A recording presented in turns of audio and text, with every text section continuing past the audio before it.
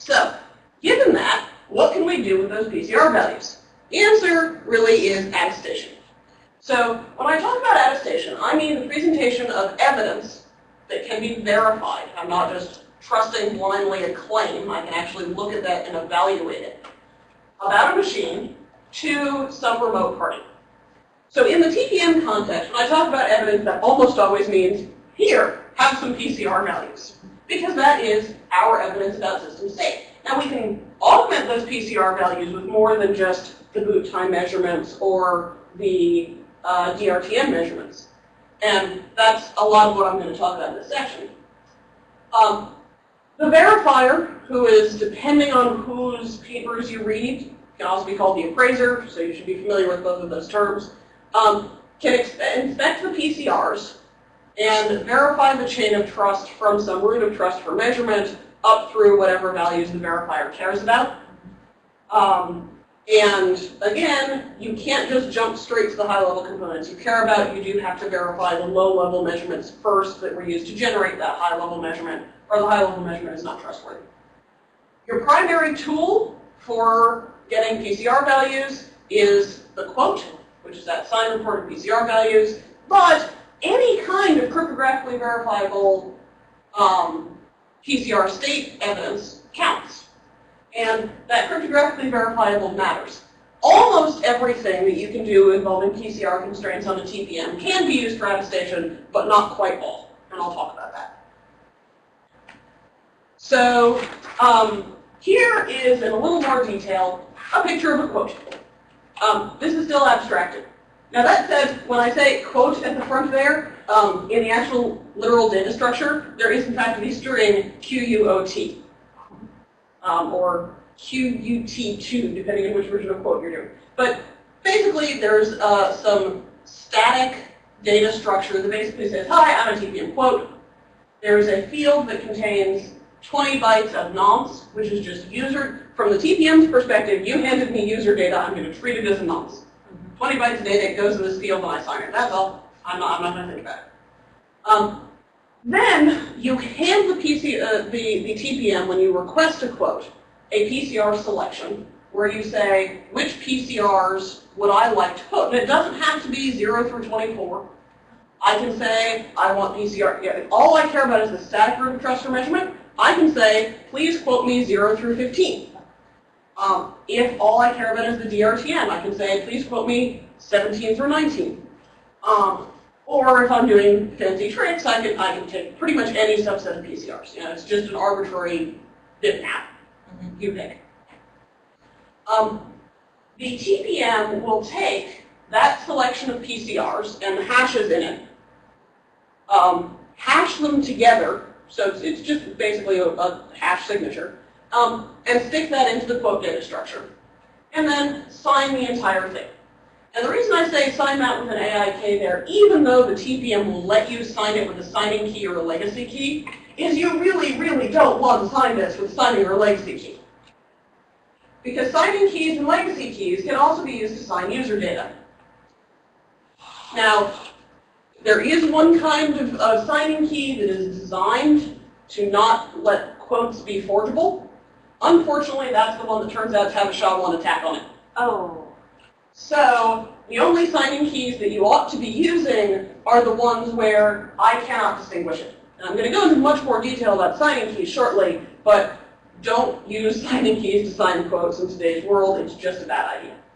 So again, we have that nonce for freshness and the hash of the PCR values, which is our state report, and then we have a signature so we know that it actually came from a TPM. So how do we actually use this? The most basic of all attestation protocols is the one where the appraiser sends a challenge that has a nonce in it for freshness and the PCR selection. And the attester is going to reply with that quote data structure containing that nonce and that set of PCRs. And realistically, when I just said here include the quote, and you will see this a lot, people just say use a quote. The quote is a signed hash. You are going to have to send both the signed hash and enough information for the verifier to actually verify it, because the verifier, unless you are very predictable, does not actually know what your PCR values are in advance. So having them determine, are you using the correct quote, you do actually need to provide them with enough data that they can do their own hash and make sure they're the same.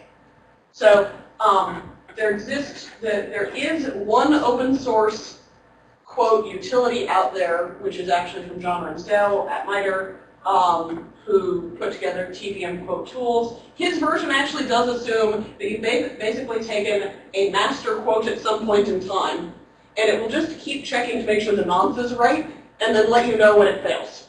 But you can't tell there, did one PCR change, did all of the PCRs change, what were the PCR values? You're just saying, is the quote today effectively the same as the quote yesterday? So you can do that kind of verification. You're not going to get detailed information if you try doing it. So the attester, when they get that request, does have some choices they can make.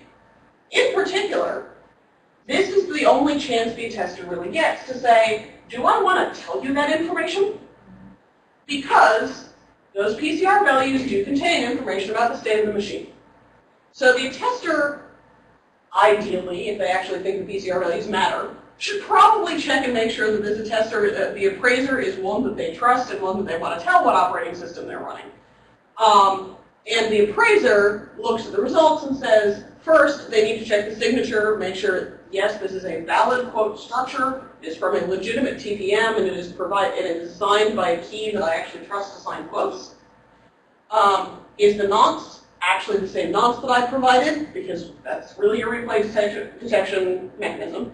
And are the PCR values in some state that I approve of? Now, you don't necessarily have to do that last step. You can say, well, you've done a quote and just store the data. This is what the host integrity startup system does, is it does a quote, and it says, I don't know how to interpret this, I'll just stick it into the database, and eventually a human will come along and look at it. But fundamentally, this is attestation with a quote. You look a little perplexed. Is there any? I'm a little confused. So it initiates with the attester? Or Yeah. it Initiates with the appraiser.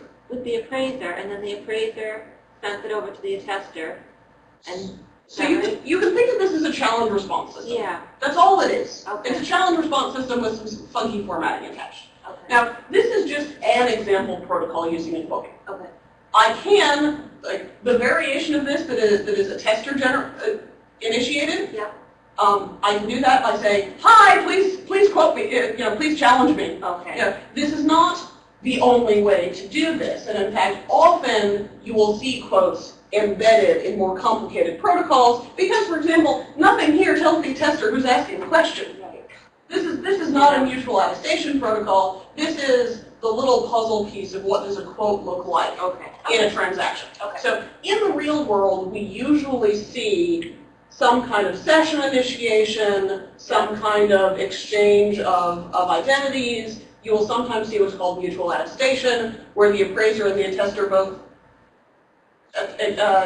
like challenge each other and both get a quote back. Okay. So there's a lot of variations here. Okay. Okay. This is just an example of what the transaction can look like. Okay.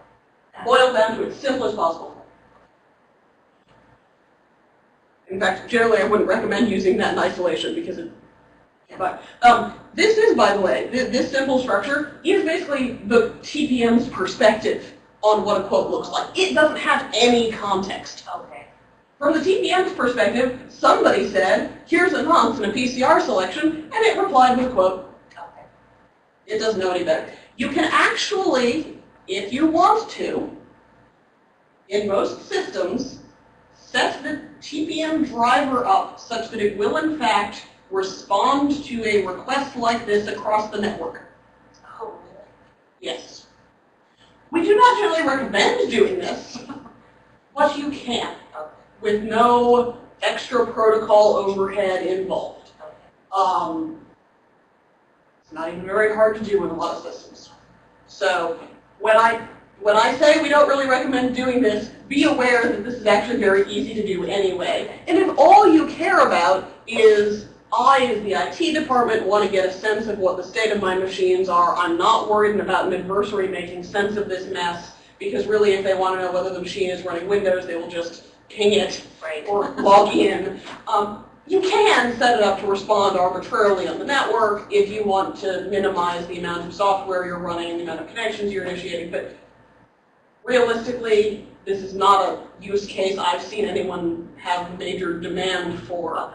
But it is one that you can do if you want, and I've seen researchers use it because, frankly, they were lazy and didn't want to write any extra software to maintain, to act like a server. So, sometimes we want to go beyond what the measurement infrastructure will do by default. Maybe we want to add measurements from applications we've installed. Maybe we've got a configuration checker or an antivirus, or we're living in a beautiful virtual world with kernel state integrity checkers. All of those measurements are not default part of the PCRs because they're not part of that boot chain sequence or that DRTM handoff control sequence. Maybe we want to associate certain application data with a good state. So we don't just want to say, hi, this financial report is from machine X.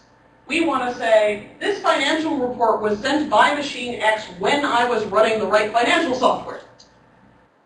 Or perhaps we want to tie external data, by which I mean TPM external data, or maybe literally external data, to this machine. So I've got a smart card in a reader that's attached to my machine. That smart card reader was not part of my boot sequence, and the smart card certainly wasn't.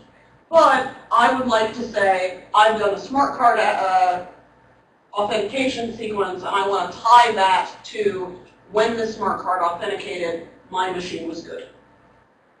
So there are a lot of potential scenarios where I want to go beyond, is this machine good, or where did this data come from, into when this data was generated or sent to me, was the machine good. Now, I will note, when this data was generated, it's actually very, very difficult because, well, if you think about it, I generate data, it's sitting on my hard drive or on my memory. If I come along in 2 days and take that report and change the timestamp in it and send it and sign it, I can't tell whether it was actually generated today or 2 days ago. What I can say is at the point that it was signed, was the machine good? And this is part of where that you always want to evaluate in an ideal world. All of the chain from the initial boot up to wherever you're running, because that can make the difference between, is this just data from this machine or sent via this machine, possibly from somewhere else, or do I trust this software to not have tried to fork it?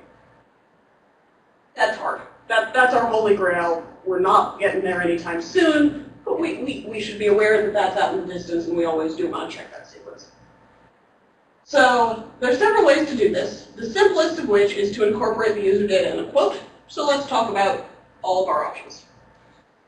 The naive way to include user data in a quote is to say, we've got a nonce, and the nonce field is labeled 20 bytes of user data. Therefore, clearly, we should put the hash of whatever file we want to measure into the nonce field. Don't do this. And when I say this is the naive way of doing it, people really do. I have seen actual published protocols that do this, and I'm going to go into that in a moment. The problem is that the nonce is intended for freshness. It is not intended to be a signature. And if you do this, you open yourself up to a man-in-the-middle attack.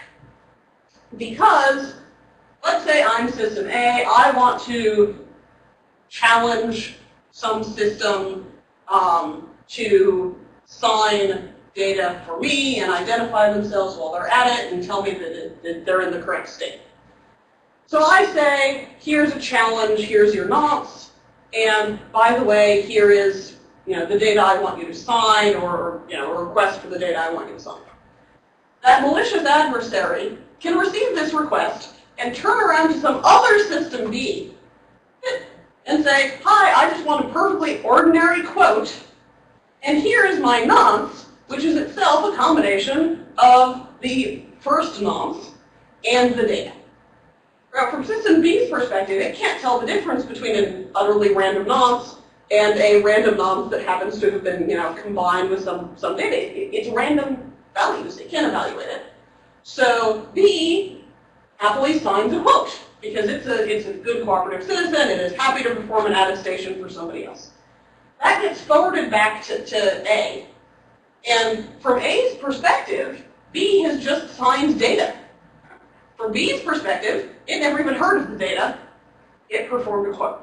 So now we have this massive trust mismatch, which an adversary can take all kinds of advantage of. And this is an actual flaw in TNC, in the PTS to IF-M protocol. We brought it to their attention, and their response was, why would anyone ever use more quote protocols than ours on the network? As long as everyone's using our protocol, this isn't a problem. Don't do that, really.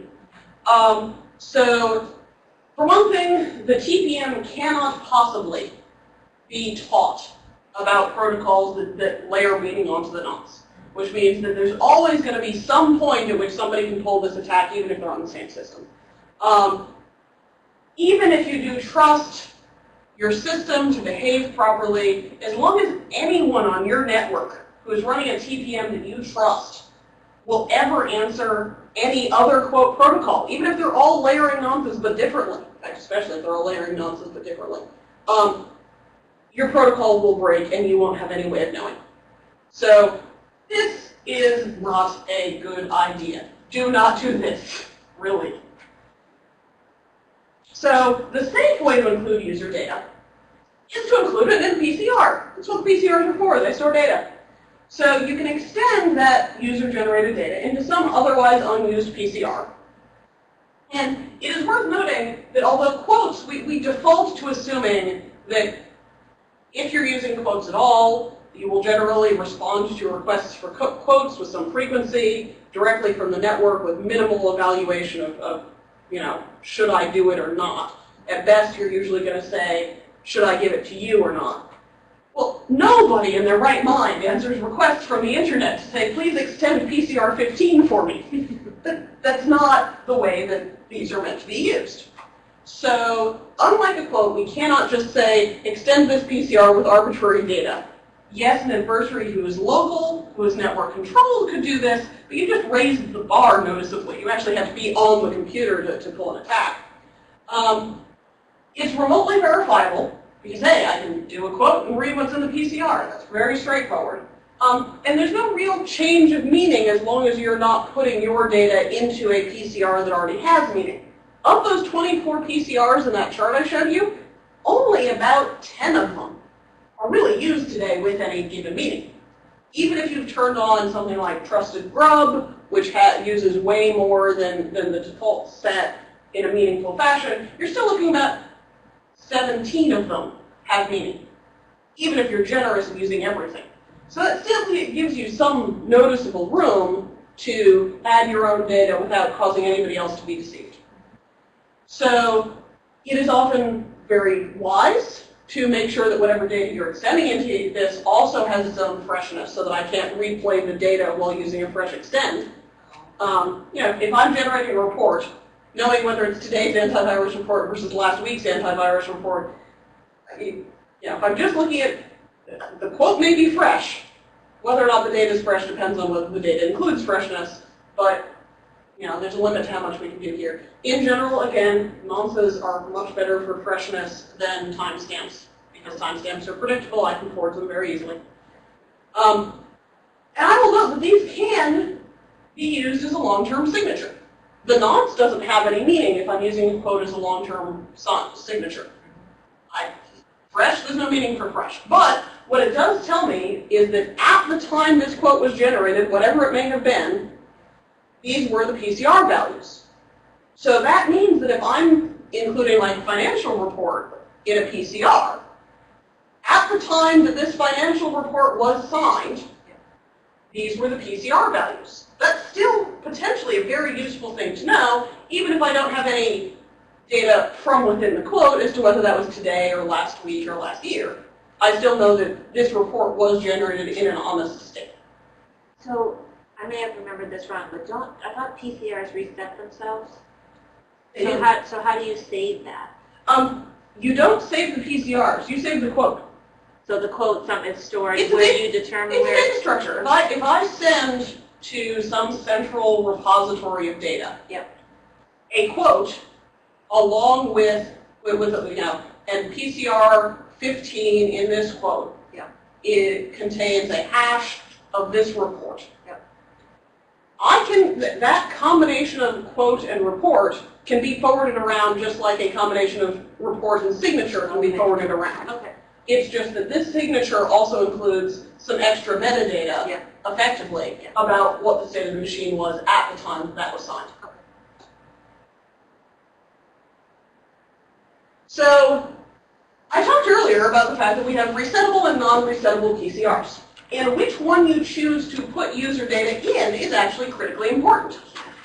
Resettable PCRs, you can go back to a known value on fairly frequently. This actually makes them very useful for user data. Because if I am, for example, using a quote to sign, part of an SSL session operation, I don't want the history of every SSL session I've ever tried to initiate stored in a PCR. That is leaking information all over the place, and really nobody cares, and my verification chain is then going to be a pain in the neck. Even if I'm doing, signing reports, I don't necessarily want a list of every report I've signed on boot, and now the verifier needs to know how many reports I've signed since this boot and actually track that. In comparison, if I use a freely resettable PCR, I can reset the PCR, put that report hash in, do a quote, reset it again, and now I have a clean signature over this one value. So resettable PCRs are actually tremendously useful if you are using quotes to sign user data. Non-resettable PCRs are still very valuable because they can give you an audit log. Usually we want to see this if we are expecting data to be updated between challenges. So if I've got some operation that is meant to run once an hour, and I'm only challenging the machine once a day, I can use a non-resettable PCR. In fact, I generally want to use a non-resettable PCR so I can get some record of what's happened over the course of the day. But that said, there's a big weakness here, which is that we can't tell when a machine reboots. We can tell whether a machine has rebooted. We can't tell how many times it's rebooted, and we can't tell when that happened. So, there is a tick counter, so we can get some idea of it. I do not actually have a very good sense of, over the course of a full day, how accurate is that tick counter. But this can give you something where if you're doing periodic challenges, I can get some idea of, does this correspond to the record the server has at the times that I've checked in? Does it look reasonable? It's much more for a sanity check. But you can tell that's very much a special case when it comes to user data updates. And we mostly see people proposing that as sort of a stopgap measure if realistically they want to be checking the machine state once every 5 minutes, and there's not a server that's going to be running a challenge once every 5 minutes. That would be awfully high overhead. Can you have two sets of PCRs and configure one as resettable and one as non-resettable? There are 24 PCRs. Okay, so you can use whichever ones you like. We generally recommend using ones that nobody already has a meaning for. There are 2 freely resettable PCRs, which I want to say are 15 and 23. Okay. They're in that chart, so you can flip back and look. Which, those 2 are perfect for one-off data signatures. Anyone can reset them. Anyone can extend them, so you don't even have to worry about what locality you're in. Okay. For non-resettable ones, you are probably looking at the unused portion of those static root of trust per measurement window. That right. 0 through 14 are nobody can reset, anyone can extend. Okay. Most of the time, and the largest number of those that I know that anyone uses is Trusted Grub, which uses 0 through 13. Oh. So that's a window of 1 PCR, even if you're maxing out that. That is not currently used for anything. And if you're willing to start getting into fun with locality, you've got several more options because nobody is using those trusted OS controlled locality PCRs right now. Now, problem is those are technically resettable. Yeah. So, yeah. Choosing your PCRs wisely matters, and much more so for the non-resettable ones than the resettable ones. Yeah. Even if you've got 6 different applications that all want to use resettable PCRs, yeah, as long as the general behavior is reset the PCR, extend your data, even if not all of them behave nicely and reset it again when they're done, you're not going to have any problems from that because you reset it. You don't care what else was in it before. You just need to make sure that you've got a relatively atomic reset then extend, so nobody else is doing race conditions with you. Okay. So that is how you can use quotes to do an attestation, potentially also with user data included. There are other ways to do it. You can also use the fact that you can put PCR constraints on keys and on data. Now, in both of these cases, you've got a fairly hefty requirement, which is that you need to know in advance what the PCR values that you wish to attest to are. Because after all, you're constraining a key to some set of PCR values. If those set of PCR values never exist, that key is useless, and you certainly can't attest to the fact that they do exist. As a side note, in this entire section, I'm going to talk about PCR constraints. In 1.2 TPMs, the PCR selection data structure also includes a locality selection data structure. So anytime I say you can lock this to you can constrain the PCRs this is successful in, you can also constrain the locality this is successful in. Usually, this is something that DRTM applications use. So you can say this key is only accessible in locality 3. Well, now you've said this is only accessible to things that have been launched by the DRTM. That's tremendously useful. I'm not going to talk about it in detail because PCR and locality constraints is extra words. To be perfectly honest here. And for the most part, locality is a special purpose constraint, but be aware that that's there. So we mentioned yesterday when talking about creating TPM keys that any TPM key can have PCR constraints associated with it. It's part of the creation structure. They never change. Again, in 2.0, that gets more complicated and updates are possible. Those keys can only be used when the PCRs match the constraints, and we've got this wonderful certify key operation that allows a remote party to confirm what the constraints on that key are because the TPM signed a report about that key and said, look, this is the type of key, here are the constraints on it. So that means that if I create a key with some PCR constraints X and certify it, then every time that key is used, a remote party can say, I know that at the time the key was used, the PCRs contained X. Very simple. Not very complicated logic, and I can use that with any kind of key. So when this data was signed, PCRs X, state X held. That's that quote long-term quote state verification use case I was talking about, but here I can use it for any signing key. So I don't need to be constrained to extending a PCR, and I can use arbitrary user data without any, complex information there. So if I've got a key that I intend to only be used to sign data coming out of Flickr, I could say, here's the PCR constraints on it, and here's a quote, and now I've got this extra nonce that I need to send a log even though nobody's using it because it's not being used for freshness. Or I could say, I don't care. This is a signed report. I signed it with a signing key, and the signing key said I'm only useful when by a good Flickr application because it's locality 3 and it has the following constraints on it. So there's a lot of flexibility there. And it's very good if you're talking about, I want to show that I've handled sensitive data properly. And it's very good if you are doing, for example, I want an application that certifies keys that are not TPM keys. Which is to say, that's sensitive data. A certificate needs to be treated honestly. This is one of the things we talk about virtualization. This is actually a trick we use.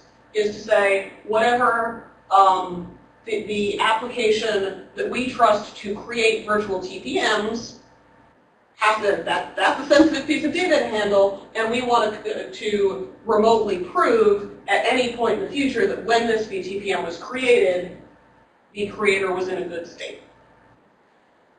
When this data was encrypted, this was true. This is mostly useful if you're talking about data handling tracking. So I want to know that when this data was stored for me, it was stored by me.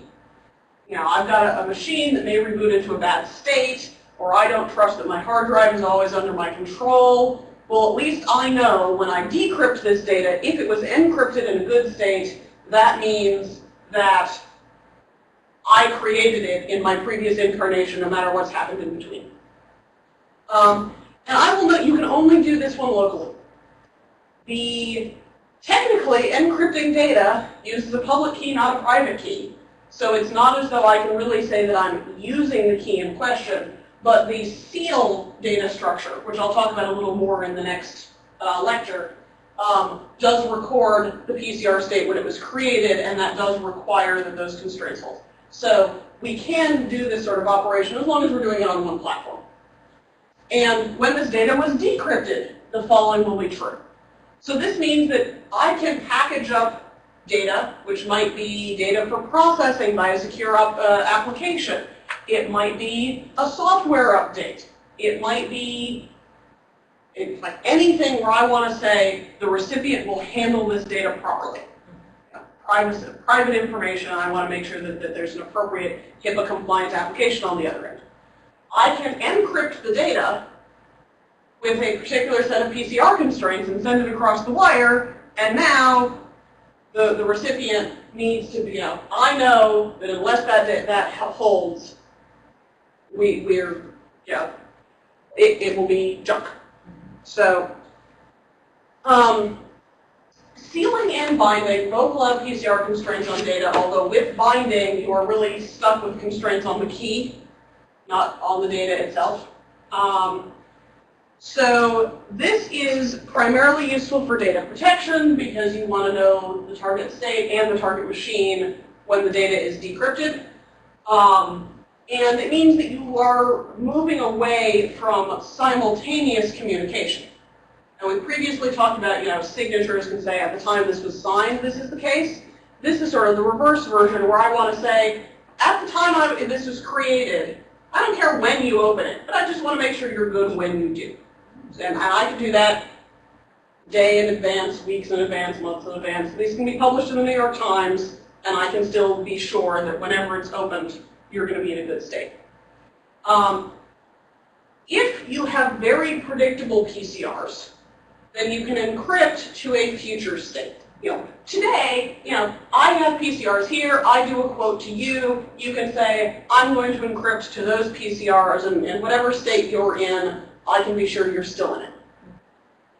If you can predict the PCRs when you, for example, start your DRTM, if you can predict the PCRs when you update your software, I can start doing cooler tricks. So that I can say, if I am a Flickr application, the DRTM has been launched, and I want to encrypt data such that only another Flickr application on the same machine can access it, I can do that as long as I know what the measurements ought to be when that Flickr application is running.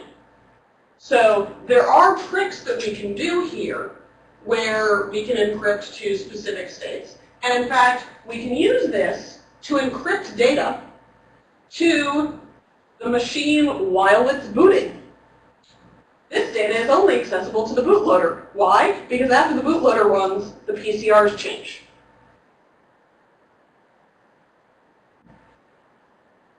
Those are special purpose applications, but if you want them, you really want them. And that's really the summary of most of these PCR constraint games, is the vast majority of the time it's too fragile, you don't want to do it. But if you need that feature, it's worth dealing with the fragility because it's so powerful. So I said earlier that in general, if PCRs are constrained, we can use it for attestation. The big exception to that is NVRAM. Regions of NVRAM can be constrained by the owner to PCR values, but we cannot use the constraints on NVRAM to attest to a remote party because a remote party has no way of knowing what the constraints on NVRAM are. The owner set them, and there's no certificates about that. There's no TPM-supported way of saying this was configured properly. Now, you can theoretically have the owner independently create a certificate that says, I, Joe Bob owner, I, the IT department, say that on machine X, I have configured NVRAM such that this particular piece of data is only available. But now you're trying to certify, reasonably, that probably means, if access to NVRAM is what you're proving, that probably means there needs to be a secret in there, otherwise there's nothing to prove. And now you're trying to certify a secret to somebody else. And keep in mind, NVRAM is tiny. We're talking about maybe 2K at most. So chances are you're not storing an entire private key pair in there. Chances are you're storing a hash of a public key for verification. You are not realistically putting a secret that you can verify without knowing the secret in NVRAM. So this is not really designed for attestation. This is really designed for verification purposes and owner helpful. This is not an attestation use case. Unless you're the owner.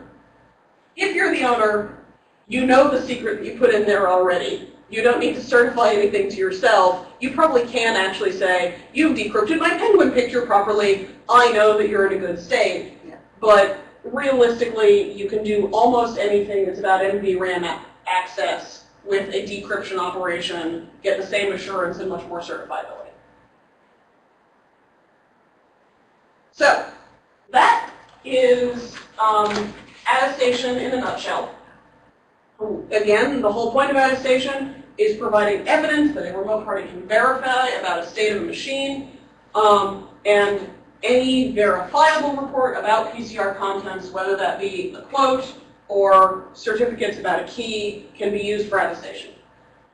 So, do we have any questions on the attestation portion of the program? Aha, question, neat. Why not for remote attestation again? So, the reason you can't use NVRAM for remote attestation is that if I'm a remote party, I don't have any way of verifying what the configuration of your NVRAM is. PCRs, I know what the constraints on access are, and I can a TPM will certify what the values in the PCRs are, whether that is for a quote or whether that is for a certified key certificate. There's no equivalent to a certified key certificate for NVRAM, and even if there were, proving access to a region of memory pretty much involves you have to have a secret in it, and now you have to prove that you have access to a secret. Great if you're the person who put the secret there, not so great if you're anyone else.